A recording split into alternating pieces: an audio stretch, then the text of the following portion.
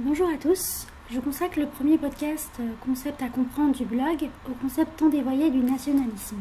L'objectif du podcast est de recouvrir en moins de 10 minutes les grands traits d'une notion complexe. Le nationalisme est une doctrine politique qui tend à défendre l'identité d'une nation dans toutes ses particularités. Cette doctrine n'est pas une simple extension du patriotisme, doctrine politique tendant à la protection du sol national, mais couvre une dimension propre. Elle s'oppose au mondialisme, à l'impérialisme, au régionalisme et au séparatisme, doctrines qui tendent toutes à la destruction de la nation et à ses frontières existantes. En France, le terme de nationalisme est directement issu de la Révolution à la fin du XVIIIe siècle. Les révolutionnaires appelaient nationalistes les défenseurs du monde ancien, les adversaires aux idées nouvelles, c'est-à-dire à leurs idées. Ce terme était alors employé en opposition à la notion de patriote, nom par lequel se désignaient les jacobins, les révolutionnaires.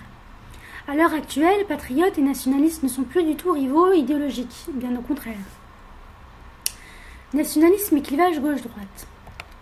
En simplifiant, on estime que la notion de gauche renvoie à l'idéologie du progrès, alors que la droite représente la tradition, avec un grand T.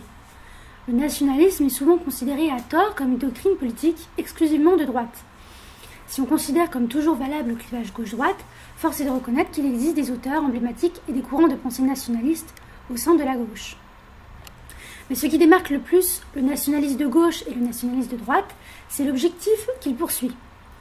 Dans une de ses vidéos YouTube, on peut ainsi entendre le sociologue et, je cite, authentique homme de gauche, Alain Sorel, expliquer que l'objectif final de la politique, c'est la recherche du bonheur. A contrario, Dominique Vénère, dans son livre le plus autobiographique, Le cœur rebelle, explique que le but final de la politique est de rétablir l'ordre à la place du chaos. Tout est dit. Le nationalisme français. Afin d'avoir une idée générale des formes de nationalisme, voyons de plus près deux doctrines nationalistes, deux réflexions menées par deux grands théoriciens français, l'un de droite et l'autre de gauche.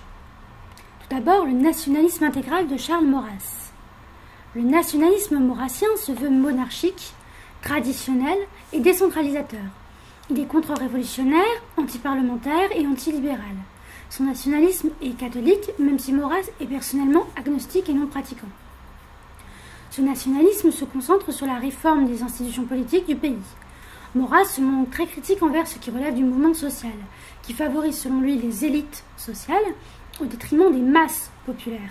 Comme le dit sa maxime, politique d'abord. En opposition avec le nationalisme intégral de Charles Maurras, nous retrouvons une autre figure de proue du nationalisme français, Maurice Barrès. Barrès plaide pour un nationalisme républicain, démocrate et fédéraliste, car considéré comme représentatif de l'identité française. Là où Maurras dit politique d'abord, Barrès met en exergue le sentiment national. Pour lui, il faut conquérir les cœurs des Français, pour ensuite conquérir le pouvoir et réformer les institutions, soit l'exact inverse de la vision maurassienne. Par ces deux brèves introductions aux doctrines maurassiennes et barrésiennes, on peut se rendre compte de l'étendue des divergences qui peuvent exister entre nationalistes d'un même pays. Mais il importe d'étudier ces nationalismes, car on peut dire que la France est la nation par excellence. On dit cela car plus que partout ailleurs, la nation française est une construction. En effet, on est français car on est né au sein d'une famille composite, résultat de la rencontre de multiples peuples qui en ont donné un nouveau. L'importance du droit du sol dans notre héritage est une particularité qui en dit long sur ce que nous sommes. En opposition à la nation allemande, basée sur le sang et la race, la nation française se reconnaît davantage par son attachement à une culture et un passé commun. Être nationaliste français, c'est avoir conscience de cette construction, de l'existence aussi d'un certain état d'esprit français, d'un esprit français. Mélange d'impertinence, de nonchalance et de cartésianisme, esprit marqué par une série de contradictions, éloigné du racialisme et du tribalisme. Être nationaliste français, c'est aussi vouloir protéger et perdurer cet état d'esprit. Le nationalisme en 2016. En France, en 2016, le nationalisme est fort peu représenté sur l'échiquier politique. Si on exclut quelques personnalités isolées, seul le Front National semble adhérer à cette doctrine. Les autres partis politiques majeurs sont désormais acquis aux mondialistes. C'est plutôt du côté de ce que Adrien Abozy conceptualise sous l'expression « nouvelle opinion publique » que le nationalisme renaît. Les citoyens se conscientisent et à leur échelle se réapproprient leur culture nationale, se réenracinent et par suite logique deviennent nationalistes. À l'étranger, le continent sud-américain fut longtemps la figure de proue du nationalisme et de la lutte contre l'impérialisme étranger et plus spécifiquement américain. Depuis la mort du président vénézuélien, le valeureux Hugo Chavez, cette tendance s'est très largement effacée. Paradoxalement, le renouveau nationaliste le plus spectaculaire a surgi de là où on ne l'attendait pas. L'élection du trublion Donald Trump marque un renouveau du nationalisme au sens classique et un espoir pour les nationalistes du monde entier face aux horreurs grandissantes du mondialisme.